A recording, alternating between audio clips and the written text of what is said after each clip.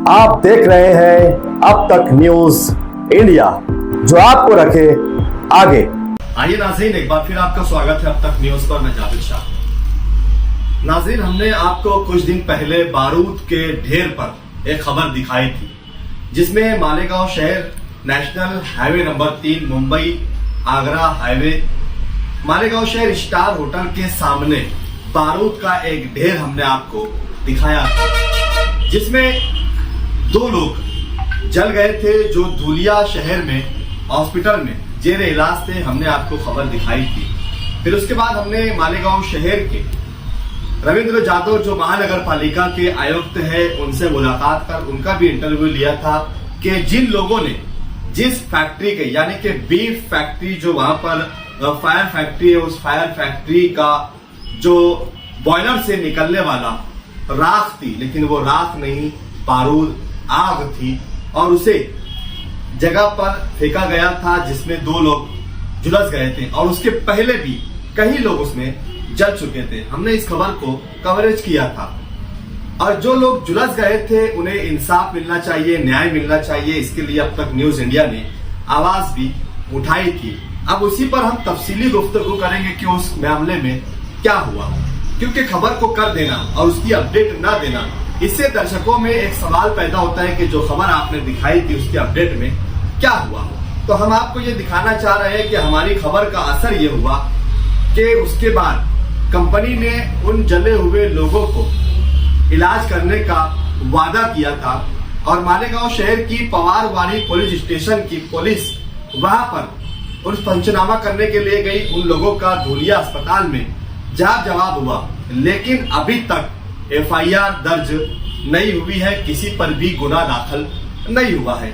अब सवाल हमारा ये है कि अगर पुलिस ने उन लोगों से जांच जवाब लिया था तो 8 दिन हो जाने के बाद भी FIR क्यों दर्ज नहीं की है, ये एक सवाल है।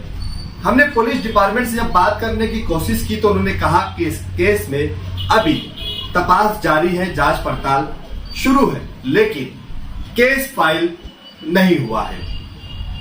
अब आइए आगे बात करते हैं कि हम लोगों ने क्या किया। अब तक न्यूज इंडिया की टीम धुलिया पहुंची, और धुलिया पहुंचने के बाद हमने उन दोनों पीड़ितों से मुलाकात की, उनसे बात की, उनके घर वालों से मुलाकात की, उनसे बात की, क्या है उनके हालात, क्या है उनका दर्द, क्योंकि जिस प्रकार से वो उस बारूद के ढेर में जले हैं, इससे तो उन्हें इमीडिएटली एक प्राइवेट हॉस्पिटल में बेहतर से बेहतर इलाज की जरूरत है, लेकिन किसी ने भी उसकी जिम्मेदारी जवाबदारी नहीं ली। इसलिए सामान्य रोगनालय यानी कि धुलिया सिविल हॉस्पिटल में उन्हें एडमिट कर दिया गया। आज की जिस वक्त हम ये खबर कर रहे हैं, हमने जब कल धुलिया में इसकी जानकारी और मालूमात लेने की कोशिश की तो पता चला कि उन्हें धुलिया के हॉस्पिटल के लोगों ने नासिक हॉस्पिटल भेजने की बात की है कि धुलिया उनके लिए ठीक नहीं रहेगा, उन्हें नासिक के हॉस्पिटल में एडमिट होना चाहिए और अच्छे डॉक्टर से इलाज करवाना चाहिए, क्योंकि उनकी जो कंडीशन है उस हिसाब से डॉक्टरों ने ये बात कही है। अब सवाल ये पैदा होता है कि अभी तक इन लोगों को प्राइवेट हॉस्पिटलों में एडमिट क्यों नहीं किया गया, इनका ट्रीटमेंट अच्छी तरीके से क्यों नहीं किया गया। क्या सामने वाली पार्टी इन लोगों के मरने का इंतजार तो नहीं कर रही है? क्या इन लोगों के साथ इंसाफ क्यों नहीं हो रहा है? पुलिस में FIR दर्ज नहीं हो रही, इन लोगों को प्राइवेट हॉस्पिटल में एडमिट नहीं किया जा रहा है, इन्हें अच्छे से अच्छा ट्रीटमेंट नहीं दिया जा रहा है, जले हुए लोगों के घरों के परिवार की कफालत नहीं की जा रही है, वो किस हाल में है, क्या वो भूखे हैं, प्यासे हैं, गौर गरीब लोग थे वो जो जिसमें झुलस गए हैं, जल गए और हॉस्पिटल में अपना इलाज करवा रहे। उसके बाद उनके परिवार का क्या हो रहा होगा? क्या उस फैक्ट्री की वजह से, जिस फैक्ट्री की राख फेंकने की वजह से, आग फेंकने की वजह से जो लोग उसमें झुलस गए हैं, फैक्ट्री ने अभी तक उन्हें कोई भी मुआवजा नहीं दिया है, फैक्ट्री की ओर से उन्हें प्राइवेट हॉस्पिटल में एडमिट नहीं करवाया गया है, उनका अच्छे से अच्छा इलाज नहीं करवाया जा रहा है, उनके घर वालों को कोई भी हेल्प या मदद कंपनी की ओर से नहीं की जा रही है। बहुत सारे सवाल यहाँ पैदा हो रहे हैं। हम एक बार फिर अब तक न्यूज इंडिया की टीम की ओर से अब तक न्यूज के जरिए ये आवाज उठा रहे हैं कि वो लोग धुलिया में जो हॉस्पिटल में जेर इलाज है उन्हें प्राइवेट हॉस्पिटल में एडमिट किया जाए, क्योंकि उनकी हालत और कंडीशन क्या है हम आपको स्क्रीन पर दिखाने जा रहे हैं। आप देखिए, हमने उनसे मुलाकात की है, उनसे बात की है कि उनकी अभी क्या कंडीशन है, क्या हालत है। आप पहले स्क्रीन पर उनकी दर्द भरी कहानी सुनिए, फिर हम आगे बात करेंगे, चर्चा करेंगे। क्या नाम है आपका? मेरा नाम नूर बेग अब्दुल बेग मिर्ज़ा है। अच्छा, क्या हुआ था आपके साथ? नहीं, हमारे साथ में कुछ नहीं हुआ। ये भाई को टॉयलेट लगी थी, ड्राइवर को। हाँ, तो टॉयलेट लगे तो बोला अच्छा तो वापस टॉयलेट गए, उधर गए तो मतलब उधर ज़्यादा अंदर मत जाना, उधर घान है। तो ये बहुत ज़्यादा अंदर भी नहीं गया, वह गड्ढा था बड़ी, वो गड्ढे थे तो वो ख्याल नहीं करा। हम लोग इधर गए तो उसका पाँव फिसल गया गड्ढे में डायरेक्ट। तो जैसे ही पाँव फिसला वैसे वो चिल्लाहट बड़ा जोरे में। जब लोग भागे निकाल के लाए उसको तो फिर मैं भी गिर गया, मेरे भी हाथ पाँव जल गए। हम तो ये चाहते हैं भाई हमारा इलाज करा दे पूरा, हमारी कोई मांग वांग नहीं है। और उसके बाद में अभी तो साल 6 महीना तो हम कुछ काम नहीं कर सकते। हो क्या खाएंगे क्या हमारे को अभी? अभी हमारे पास तो जो भी था वो भी खलास हो गया। अब तो हमारे सवेरे हमारे को छा के भी बांधेगा। जख्म कैसे है आप लोगों के? अभी जख्म गिरी है थोड़ी। हाँ। अब वो जख्म तो गिल्ली है, क्या करते फिर आप? अब वो हमारी तो कंडीशन अब एकदम ख़राब हो गई। वो नबी अहमद का आ गया तो कोई आ ही नहीं रहा देखने को। क्या उसका मैनेजर आएगा, क्या फायर खाते का मैनेजर आएगा। कम से कम वो आए तो आदमी को दिल को तसल्ली हो जाएगी, यहाँ पर आके तो गया। हमारे न्यूज़ चैनल के जरिए से आप क्या संदेशा देना चाहेंगे? क्या संदेश देंगे भाई? हमारा इलाज मुकम्मल होए, हमारा मुकम्मल इलाज हो जाए बस। हाँ, कितने महीने, आपको कितने महीने लग जाएंगे जख्म अच्छे होने के लिए? अभी कम से कम तो 2, 2.5, 3 महीना खा जाएगा जी। हाँ, वो बहू का साल भर खा जाएगा, मेरा 2.5, 3 महीना खा जाएगा, ज़्यादा ही खाएगा वो तो। फिर जब तक क्या करेंगे? आपका परिवार कैसे चलेगा? वही बोल रहा ना मैं तो कि भाई हमारा तो अगर जख्म नहीं फिर हमारे को खिलाएगा कौन? फिर कि हमने भीख मांग के खाना। अभी के दौर में तो 1 रुपया भी भीख में कोई जल्दी देता है। हाँ, कि भाई बैठ के समझौता करो, खलास बात। दादा काय नाव आपला? कुठे राहता आपण? कैलासनगर. मालेगाव कैलासनगर. मालेगाव स्टार हॉटेल जवळ तुमच्या काही वारदात झाली, काय झालं नेमका? बाथरूमला गेलो नेमकं तिथंच पाय सरकला. चाच्याने मला लगेच आऱ्या मारला, चाच्याने बाथरूमला. तुम्ही जिथे बाथरूमला गेले होते तिथे काय होता? दलदल होती, दलदलमध्ये काय होता? आग होती. आग होती. मग नेमका घडला काय तिथे तुमच्यासाठी? तिथं फसलो आहे. फसलो. आऱ्या मारायला लागलो. हां अजून चाच्याने लक्ष गेलं, चाच्याने बाहेर काढलं मला. हां.